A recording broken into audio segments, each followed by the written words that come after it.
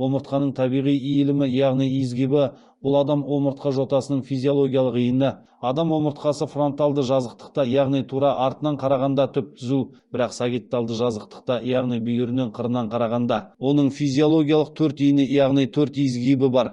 Олар физиологиялық иілімі деп аталып, күнделікті өмірде омыртқа жотасының табиғи иілімі деп айтылады.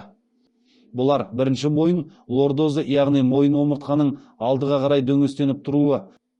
Екінші кеуде кифозы яғни кеуде омыртқасының артқа қарай дөңестеніп тұруы.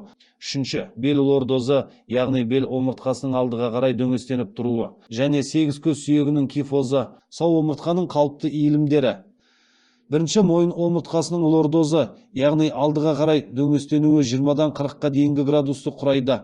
Екінші кеуде омыртқасының физиологиялық кифозы яғни артқа қарай дөңестенуі 20-дан 40 градусқа дейін, орта есеппен 30 градус тұрады. Үшінші бел омыртқасының физиологиялық лордозы яғни алдыға қарай дөңестенуі 30-дан 50 градусқа дейін, жазылуы яғни түзуленуі 15-тен 20 градусқа дейін, орташа 40 градус. Төртінші сегіз көз сүйегінің физиологиялық кифозы шамамен 45 градус алдыға қарай бүгілген яғни артқа қарай дөңестенген.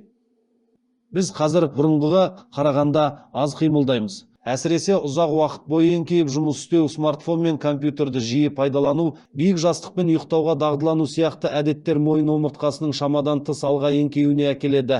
Бұл өз кезегінде мойын мен бел омыртқасының физиологиялық иілімінің түзуленуіне себеп болады. Оның астарында мойын және бел омыртқасының дегенеративті өзгерістері жатыр.